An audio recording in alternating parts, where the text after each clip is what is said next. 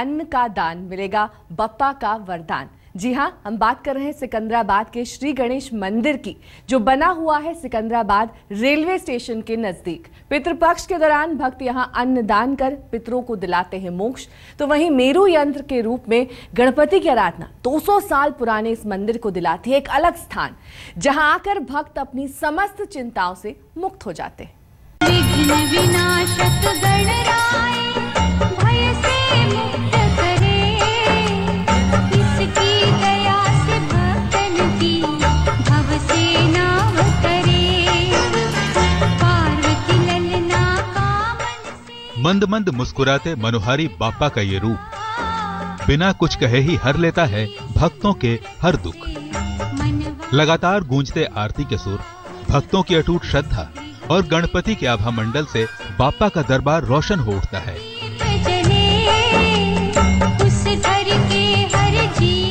और जब गणपति दिखाते हैं अपना चमत्कार, तो फिर कोई आस बाकी नहीं रहती, जीवन सफल हो जाता है और बाप्पा के आगे खुद ब खुद झुक जाता है भक्तों का शीश।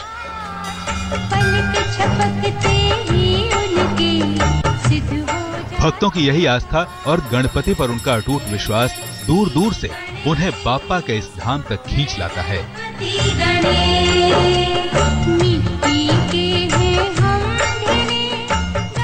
सिकंदराबाद स्टेशन के पास बने 200 साल पुराने इस मंदिर को श्री गणेश के मंदिर के नाम से जाना जाता है, जिसमें मौजूद गणपति की प्रतिमा स्वयंभू है।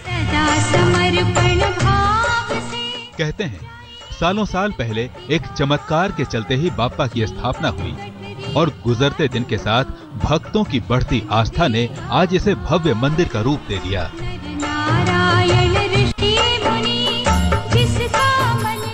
कौन सा है वो चमत्कार और क्या है इसके पीछे की कहानी, ये हम आपको बताएंगे।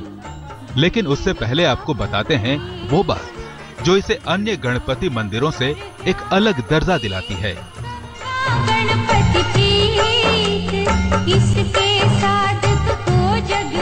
और वो है मेरू यंत्र के रूप में गणपति की आराधना। ज्यादातर देवी मंदिरों में यंत्र पूजा प्रसिद्ध है, लेकिन गणपति का ये मंदिर इस तरह का इकलौता मंदिर है जहां यंत्र की पूजा की जाती है, लेकिन इसे शूट करना पूरी तरह निषेध है। ये मंदिर में बहुत विशेष का पूजा अर्चना होते रहता। तो यहाँ एक गणेश भगवान का मेरू यंत्रम है। मेरू यंत्रम बोलो तो सभी मंदिर में माता जी का रहता, खाली ये सिर्फ ये गणेश मंदिर में गणेश भगवान का मेरू यंत्र रहता। ये मेरू यंत्र स्थापना करके मेरू यंत्र का पूजा अर्चना खाली ये मंदिर में, ज़्यादा लोग तो नॉर्थ इंडिया में तो होते रहता, तो ये आंध्र प्रदेश में, साउथ इंडिया में तो खाली ये गणेश भगवान के मंदिर में है।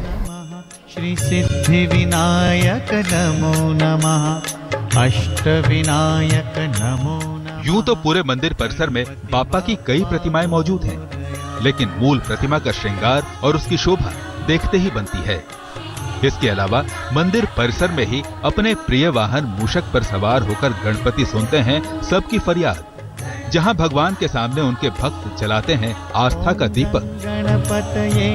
तो वहीं दूसरी ओर उनकी उत्सव मूर्ति के सामने बैठकर करते हैं क्षमा याचना।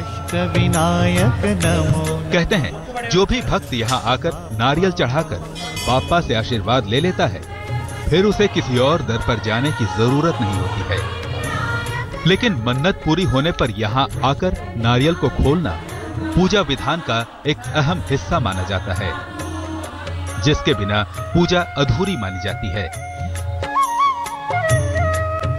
और यहाँ विशेष का अर्चना और अभिषेक और भगवान का सेवा होते रहता, और सब लोगों का, भक्त लोगों का इच्छा पूरी होने के लिए यहाँ एक नारियल मुड़ पर बांध देते। उनका इच्छा पूरी होने के बाद यह मंदिर वो नारियल यहाँ खोलना पड़ता। तो ऐसा भगवान का इच्छा बहुत सारे साल से यहाँ भक्त लोगों का इच्छा पूरी हो रहा। पितृपक्ष में अन्न का दान, पूर्व जन्म के पाप कर्मों से मिलेगी मुक्ति। पितृपक्ष के दौरान इस मंदिर में अन्न दान करने की परंपरा सालों पुरानी है।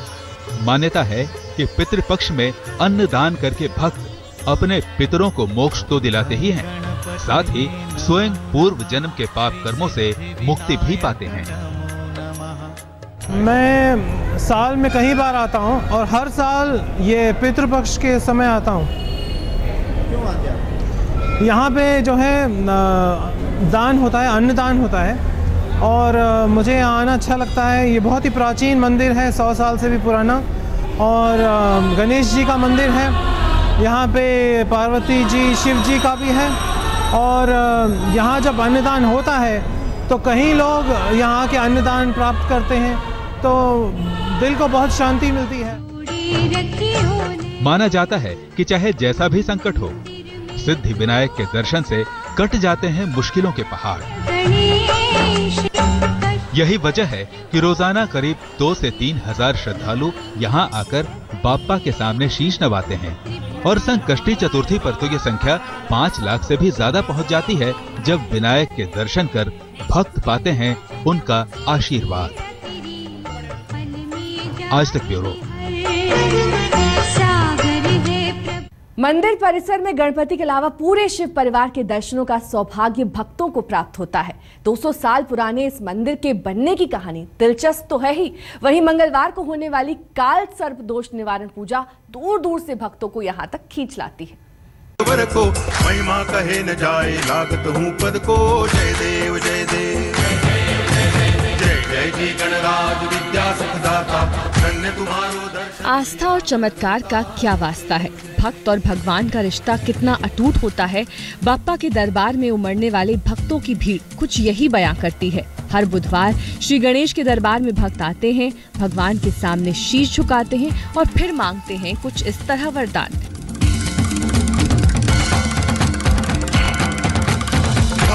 से कोई शरणागत। इस मंदिर में परिक्रमा पूजा का विधान है। गणपति का जल्द से जल्द आशीर्वाद प्राप्त करने के लिए भक्त अपने सामर्थ्य के अनुसार करते हैं परिक्रमा। कोई लगातार 40 दिन करता है, कोई 21 दिन, तो कई भक्त ऐसे भी हैं जिन्हें 11 दिनों की परिक्रमा से ही फल की प्राप्ति हुई है। इच्छा पूरी करने के लिए यह अनुग्रह जल्दी से जल्दी मिलने की अवकाश है, तो भक्तों का भक्ति, श्रद्धा, विश्वास भी ऐसा रहना इम्पॉर्टेंट है। यहाँ दीक्षा नियम से भक्तों प्रदक्षिण करते हैं। मंडल दीक्षा, अर्धमंडल दीक्षा, पवमंडल दीक्षा बोलते हैं। मंडल दीक्षा बोले तो 40 दिन का, अर्धमंडल दीक्षा 21 दिन का और 11 दिन का, ऐसा मंडल दीक्षा रख लेके परिक्रमण करने के लिए भक्तों आते रहता। बाप्पा के अन्य मंदिरों की तरह यहाँ पर भी दूर्वा चढ़ाकर बाप्पा को प्रसन्न करने का विधान है, लेकिन यहाँ चढ़ाई जाने वाली दूर्वा में समाहित होती है गजानन की शक्तियाँ, क्योंकि कहते हैं कि अगर मंदिर में चढ़ाई गई दूर्वा घर में लाकर लगा दी जाए या फिर घर में सिर्फ रख दी जाए तो घर में सदा ही सुख समृद्धि का वास होता है और धन संपत्ति की प्राप्ति होती है। अगर मंदिर की स्थापना की बात करें तो सिकंदराबाद का ये गणपति मंदिर करीब 200 साल पुराना है।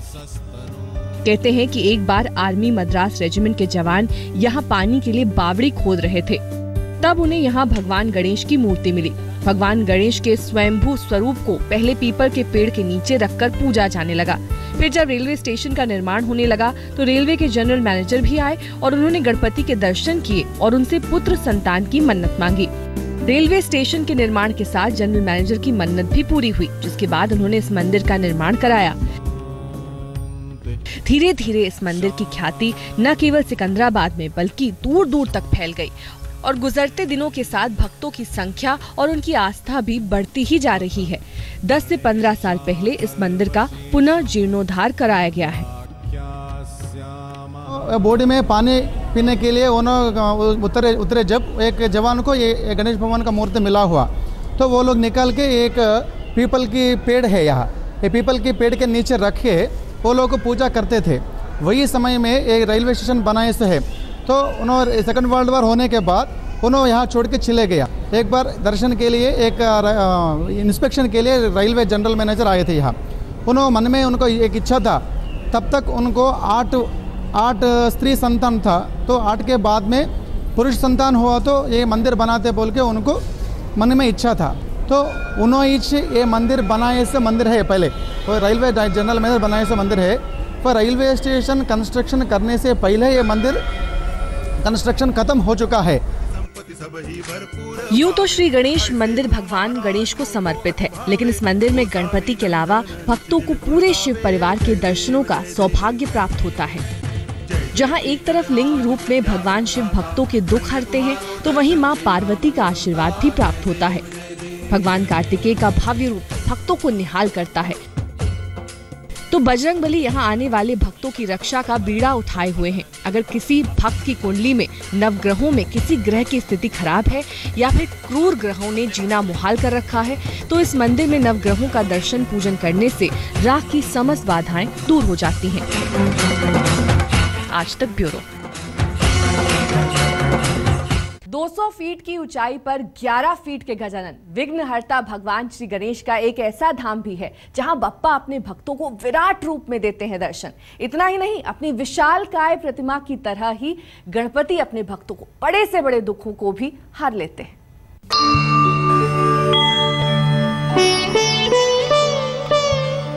आस्था का ये वो सफर है जिसमें चढ़ाव ज्यादा है, लेकिन मंजिल तक पहुंचते पहुंचते थकान गायब हो जाती है। शरीर ही नहीं, मन भी हो जाता है शांत। जय गणेश जय गणेश। प्रकृति के आंचल में हरियाली के बीच पहाड़ों पर बसा है बप्पा का ये धाम, जहां बप्पा की भव्य प्रतिमा और उनके मंदिर को देखकर लगता है जैसे किसी महल में कोई राजा बड़ी ही भव्यता के साथ विराजमान हो। और ऐसा हो भी क्यों ना, अदासा गणपति की महिमा ही कुछ ऐसी है कि भक्त बरबस उनके इस धाम की ओर खींचे चले आते हैं। विघ्नहर्ता का विशालकाय रूप, 11 फीट ऊंची 7 फीट चौड़ी प्रतिमा नागपुर से 50 किलोमीटर दूर बसा है अदासा गांव, और इस गांव में पहाड़ियों के बीच विराजमान अदासा गणपति करते हैं भक्तों का कल्याण। अपने इस रूप में बप्पा अपने विशालकाय रूप की ही तरह भक्तों की बड़ी से बड़ी समस्या का देते हैं समाधान और कर देते हैं समस्त चिंताओं से मुक्त। अदासा गणपति की ये प्रतिमा करीब 11 फीट ऊंची और 7 फीट चौड़ी है और स्वयंभू है, जो एक ही पत्थर से निर्मित है। ये 11 फुट ऊंची है और 5.5 फीट चौड़ी मूर्ति है। यहाँ ये जो मंदिर है और ये मूर्ति बहुत हजारों साल पुरानी मूर्ति है, और ये टेकड़ी जो है ये गांव से करीबन 200 फीट ऊंच पे ये टेकड़ी है, और आजू बाजू सब हरियाली है, और बाकी देवी देवते ऊपर है। काल भैरवनाथ जी है, हनुमान जी है, माता भैरवी है, त्र्यंबकेश्वर भगवान है, और गांव में नीचे तालाब है, गणेश का तीर्थ, गणेश तीर्थ है, गणेश कुंड बोलते उसको। सिंदूर रूप में बसे बप्पा को यहाँ शमी गणेश के नाम से भी पुकारते हैं। पुराणों में लंबोदर के इस रूप के पीछे क्या है कहानी, ये तो हम आपको बताएंगे, लेकिन उससे पहले दिखाते हैं गणपति पर भक्तों की अटूट आस्था, जहाँ मात्र दूर्वा चढ़ाने भर से बप्पा खुशियों से भर देते हैं अपने भक्तों की झोली। बप्पा की इस मूर्त को देखने भर से भक्त अपना दुख भूल जाते हैं और मांग कर ले जाते हैं मनचाहा वरदान।